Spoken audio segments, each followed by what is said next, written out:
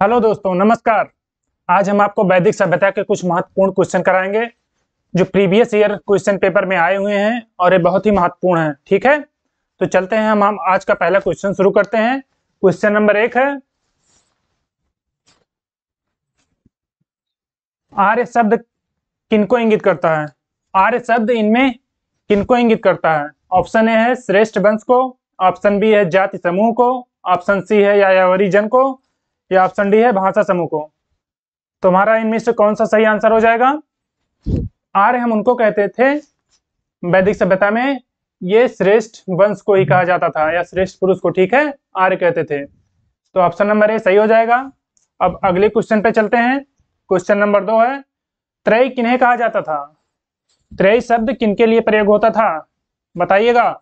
Option A है हिंदू धर्म के 3 देवताओं को, या बी तीनों वेदों को, ऑप्शन सी है तीनों मौसमों को, या ऑप्शन डी है धर्म संघ या युद्ध को। तो किन्हें कहा जाता था त्रयी? त्रयी कहा जाता था ये जो तीनों वेद हैं, ऋग्वेद, यजुर्वेद और सामवेद।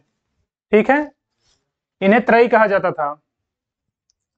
और त्रयी, इन्हें वेद त्रयी भी कह सकते हैं। ठीक है, तो अगले क्वेश्चन पे चलते हैं। क्वेश्चन नंबर 3, किस वैदिक सभ्यता ग्रंथ में वर्ण शब्द का उल्लेख मिलता है? किस वैदिक ग्रंथ में वर्ण शब्द जो है इनका उल्लेख मिलता है? वर्ण, ठीक है, वर्ण जिसे जाति से मतलब है। ठीक है, जाति व्यवस्था जो थी। तो ऑप्शन ए है ऋग्वेद, ऑप्शन बी है सामवेद, ऑप्शन सी है अथर्ववेद, ऑप्शन डी है यजुर्वेद। तो किनमें वर्ण व्यवस्था का उल्लेख मिलता है वर्ण शब्द का? ऑप्शन ए, ये ऋग्वेद में जो था वर्ण शब्द का उल्लेख मिलता है। ठीक है, अगले क्वेश्चन पे चलते हैं। क्वेश्चन नंबर 4, किस वेद में जादुई माया और वशीकरण का वर्णन हुआ है? किस वेद में हुआ है वशीकरण और जादुई माया का? ऑप्शन ए है अथर्ववेद में, option B Samaveda, option C Rigveda, या डी यजुर्वेद में। तो किन में हुआ है वशीकरण का प्रयोग? ये हुआ है ऑप्शन ए, अथर्ववेद में जादुई माया और वशीकरण जैसे चीजों का प्रयोग हुआ है। ठीक है, अगले क्वेश्चन पे क्वेश्चन नंबर 5, ऋग्वेद में कितनी ऋचाएं हैं? बताइएगा, ऋग्वेद में हमारी कितनी ऋचाएं हैं? ऑप्शन ए है 1028, ऑप्शन बी है 1128, ऑप्शन सी है 1228 और ऑप्शन डी है 1222, सॉरी 1022। तो इनमें से कौन सा ऑप्शन हो जाएगा? ऋग्वेद में जो हमारी ऋचाओं की संख्या है वो है 1028 ऋचाएं हैं हमारे ऋग्वेद में। ठीक है, तो दोस्तों सेशन कैसा लग रहा है आपको? क्वेश्चन हमें लगता है क्वेश्चन बहुत अच्छे हैं। ठीक है, ये प्रीवियस ईयर क्वेश्चन बहुत इंपॉर्टेंट है। ठीक है, तो इन्हें रिकॉल करते रहिएगा और किताबों में लिख कॉपी में अपनी नोट्स बना लेना। ठीक है, अगले क्वेश्चन पे चलते हैं। क्वेश्चन नंबर 6, गोपथ ब्राह्मण किस वेद से संबंधित है? जो गोपथ ब्राह्मण थे इनका किन वेदों से संबंधित है? ऑप्शन ए ऋग्वेद में, ऑप्शन बी अथर्ववेद में, ऑप्शन सी सोमवेद में, या ऑप्शन डी ऋग्वेद में। तो किन में मिलता है?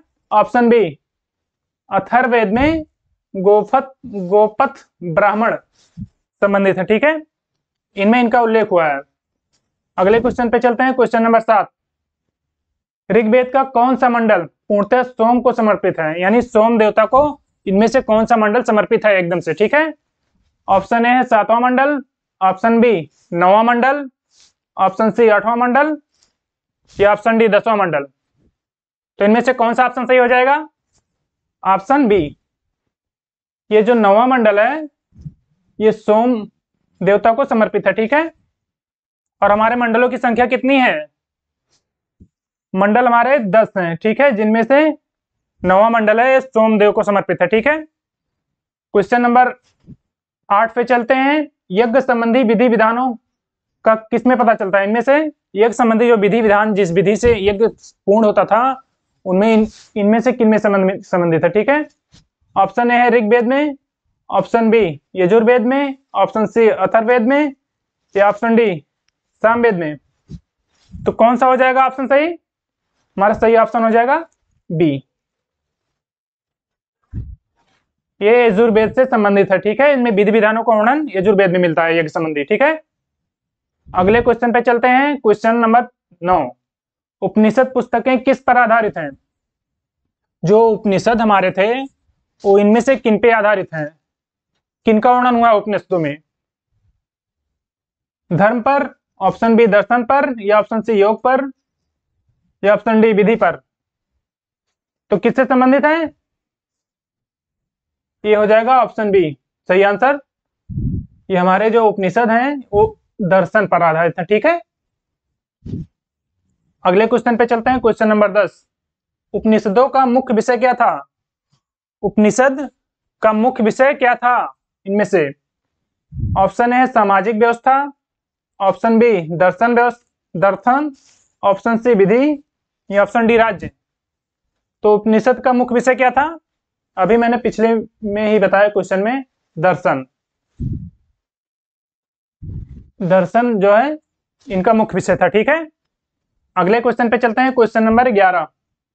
किस वैदिक साहित्य में मोक्ष की चर्चा मिलती है? इनमें से किन वैदिक साहित्य में मोक्ष की चर्चा मिलती है? जिनसे जन्म मृत्यु से छुटकारा जो पा जाते हैं उन्हीं को मोक्ष कहते हैं, ठीक है। तो किन में चर्चा मिलती है? ऑप्शन ए ऋग्वेद में, ऑप्शन बी परवर्ती संहिता में, या ऑप्शन सी उपनिषद में, या ऑप्शन डी ब्राह्मण में। किन में मिलता है? तो हमारा सही और सटीक आंसर हो जाएगा ऑप्शन सी, उपनिषद में मोक्ष की चर्चा मिलती है, ठीक है। अगले क्वेश्चन पे चलते हैं, क्वेश्चन नंबर 12।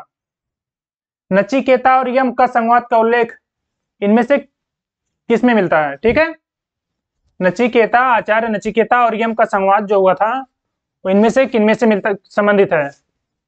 ऑप्शन है सतपथ ब्राह्मण में, ऑप्शन बी है ऋग्वेद अथर्ववेद में, ऑप्शन सी कंठोपनिषद में, या ऑप्शन डी इनमें से कोई नहीं। तो किन में मिलता है? ऑप्शन सी राइट आंसर हो जाएगा, ठीक है।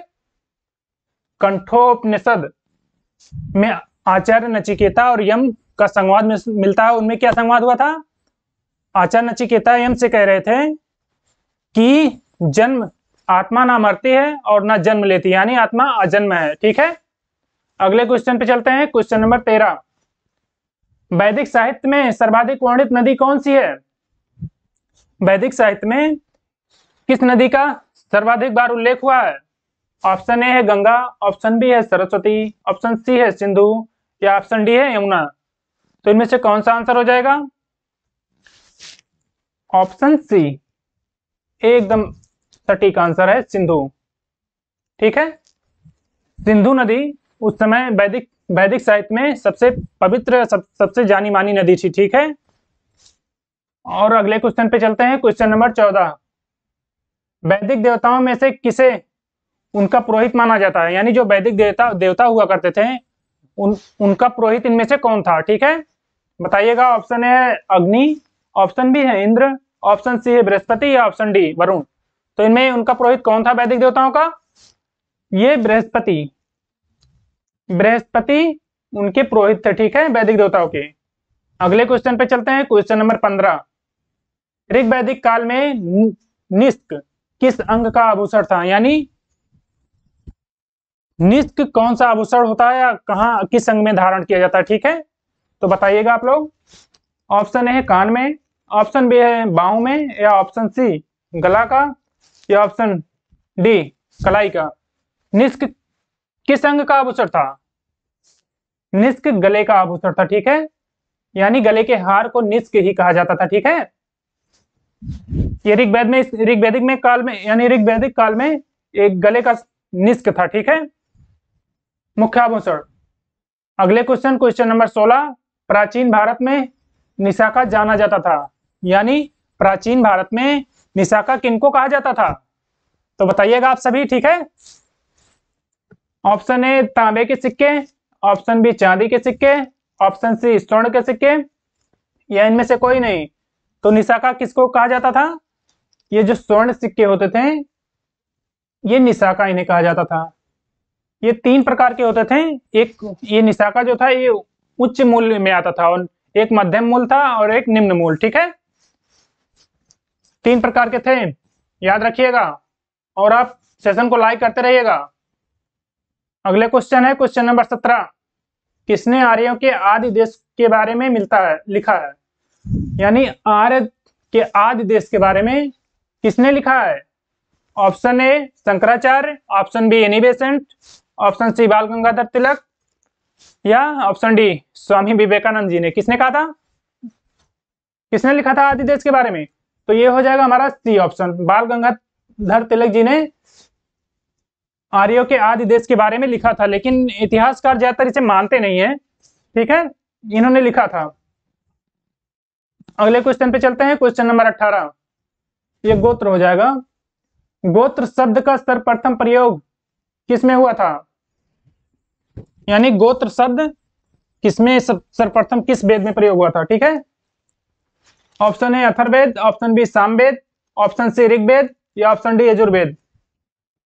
तो गोत्र शब्द का सर्वप्रथम उल्लेख किसमें मिलता है? ये मिलता है ऋग्वेद में। ठीक है, गोत्र हमारे ऋग्वेद में उल्लेखित है। ठीक है, अगले क्वेश्चन पे चलते हैं, क्वेश्चन नंबर 19। ऋग्वैदिक काल में जनता मुख्यतः किसमें विश्वास करती थी? यानी इन चारों ऑप्शनों में से जो लिखा है, ऋग्वैदिक काल की जनता जो थी उन सबसे ज्यादा विश्वास किसमें किया करती थी? ठीक है, बताइए आप लोग। ऑप्शन ए मूर्ति पूजा में विश्वास करते थे, या ऑप्शन बी एकेश्वरवाद में, ऑप्शन सी बलि एवं कर्मकांड में, या ऑप्शन डी देवी पूजा में। तो किन में करती थी? ये करती थी जनता जो है बलि एवं कर्मकांड। ठीक है, ये हमारा राइट आंसर हो जाएगा, ऑप्शन सी। अगले क्वेश्चन पे चलते हैं, क्वेश्चन नंबर 20। प्रसिद्ध 10 राजाओं का युद्ध किस नदी के तट पर लड़ा गया? आप लोग 10 राजाओं का युद्ध के बारे में सुनेंगे, या 10 राग युद्ध के बारे में। तो किस नदी के तट पर लड़ा गया था? गंगा नदी ऑप्शन ए, ऑप्शन बी है कावेरी नदी, ऑप्शन सी पुरुषोड़ी नदी, ऑप्शन डी ब्रह्मपुत्र नदी। तो इनमें से कौन सा ऑप्शन सही हो जाएगा? ये हमारा हो जाएगा ऑप्शन सी पुरुषोड़ी। पुरुषोड़ी नदी को आज की जो वर्तमान नदी है रावी भी कहते हैं। ठीक है, इसका प्राचीन नाम है रावी नदी का पुरुषोड़ी। ठीक है, 10 राग युद्ध जो है यही लड़ा गया था। ठीक है, जिनमें 10 राजाओं को पराजित किया गया था। ठीक है, यानी 10 राजाओं ने इस युद्ध को लड़ा था। ठीक है, अगला क्वेश्चन है क्वेश्चन नंबर 21। किस नदी को ऋग्वेद में मातेत्मा, नदीत्मा, ये मातेत्मा हो जाएगा, ये नहीं रहेगा, मातेत्मा। ठीक है, देवीत्मा, देवीत्मा, नदीत्मा से संबोधित किया गया है। किस नदी को इन तीनों यानी मातेत्मा, देवीत्मा और नदीत्मा से संबोधित किया गया है? ऑप्शन ए सिंधु नदी, option B Vitasta, option C Yamuna, या सरस्वती नदी को। किन्हें कहा गया है? ये हमारी सरस्वती नदी को इन नामों से संबोधित किया गया है। यानी मातेत्मा मतलब ये हो जाएगा अच्छी माता, और देवीत्मा मतलब अच्छी देवी, और नदीत्मा मतलब अच्छी नदी। ठीक है, सबसे अच्छी। और अगले क्वेश्चन पे चलते हैं, क्वेश्चन नंबर 22। सेशन आप लोगों को उम्मीद है पसंद आ रहा होगा। अगर पसंद आ रहा होगा तो लाइक भी करिए, सब्सक्राइब भी चैनल करिए, और जो नए लोग हैं बाकी अपने दोस्तों के पास शेयर करते रहिएगा। ठीक है, अगला क्वेश्चन, क्वेश्चन नंबर 23 है। प्राचीन काल में आर्यों के जीविकोपार्जन का मुख्य साधन था, यानी अपना जीविकोपार्जन किस प्रकार करते थे? ऑप्शन ए है शिल्प कर्म, ऑप्शन बी है कृषि, ऑप्शन सी है व्यापार, या ऑप्शन डी है शिकार। बताइएगा, यानी वो कृषि करते थे, या व्यापारी थे, या शिकारी थे, या शिल्प का कार्य करते थे? ठीक, इनमें से हमारा हो जाएगा वो शिकारी थे। ठीक है, शिकारी पे शिकार करके ही अपना जीविकोपार्जन किया करते थे। ठीक है, प्राचीन काल में आर्य। अगला क्वेश्चन है क्वेश्चन नंबर 24। ऋग्वेद में यो शब्द, ठीक है, किस कृषि उत्पाद से संबंधित है? यानी यो शब्द इनमें से किस कृषि उत्पाद को कहा जाता था? ऑप्शन ए चना, ऑप्शन बी गेहूं, ऑप्शन सी चावल, या ऑप्शन डी जौ। तो किन्हें कहा जाता था? इस जौ को, यानी ऑप्शन नंबर डी, जौ को हम ऋग्वेद में यो कहा गया है। ठीक है, यानी यो जौ। ठीक, अगला क्वेश्चन, क्वेश्चन नंबर 25। वैदिक काल में किस प्रकार की शासन प्रणाली थी? किस प्रकार की शासन प्रणाली हमें वैदिक काल में मिलती है? ऑप्शन ए निरंकुश, ऑप्शन बी है प्रजातंत्र, ऑप्शन सी है गणतंत्र, या ऑप्शन डी वंश परंपरागत राजतंत्र। तो किस प्रकार की थी? ये हमारा ऑप्शन डी हो जाएगा, वंश परंपरागत राजतंत्र। ठीक है, यानी वंशावली शासन प्रणाली थी। ठीक है, जनता द्वारा ही चुने जाते थे, लेकिन खासकर उन्हीं जो राजा थे उन्हीं के वंशावली के हिसाब से चलता था। ठीक है, कहने को तो जनता चुनती थी, लेकिन उन्हीं के वंश के चला करते थे। ठीक है, अगला क्वेश्चन, क्वेश्चन नंबर 26। सर्वाधिक वैदिक सूक्त किसको समर्पित है? यानी वैदिक सूक्त इनमें से सबसे ज्यादा किनको समर्पित है? ऑप्शन ए अग्नि को, ऑप्शन बी इंद्र को, ऑप्शन सी रुद्र को, या ऑप्शन डी विष्णु को। तो किसको समर्पित है सबसे ज्यादा सूक्त? ये समर्पित है इंद्र को। ठीक है, इंद्र को समर्पित है। यानी कितने सूक्त हैं? ये 250, यानी 250 सूक्त है। ठीक है, और अग्नि को, अग्नि का इसमें 200 सूक्त है। ठीक है, राइट आंसर। अगले क्वेश्चन पे चलते हैं, क्वेश्चन नंबर 27 यानी 27। ऋग्वेद में सर्वाधिक संख्या में, यानी ऋग्वेद में सर्वाधिक संख्या में मंत्र, यहाँ मंत्र हो जाएगा, यहाँ टाइपिंग एरर है, यहाँ पे मंत्र हो जाएगा। ठीक है, मंत्र हो जाएगा। किनको समर्पित है? Option A Varuna, option B Vishnu, या ऑप्शन सी अग्नि, या ऑप्शन डी यम। तो सबसे ज्यादा मंत्र, संख्या में मंत्र किनको है? ये अग्नि का मंत्र है। ठीक है, सबसे ज्यादा ऋग्वेद में। ठीक है, अगले क्वेश्चन पे चलते हैं, क्वेश्चन नंबर 28। गायत्री मंत्र की रचना किसने की थी? तो किसने की थी गायत्री मंत्र की रचना? ये तो पता होगा, आप सभी को पता होना भी चाहिए।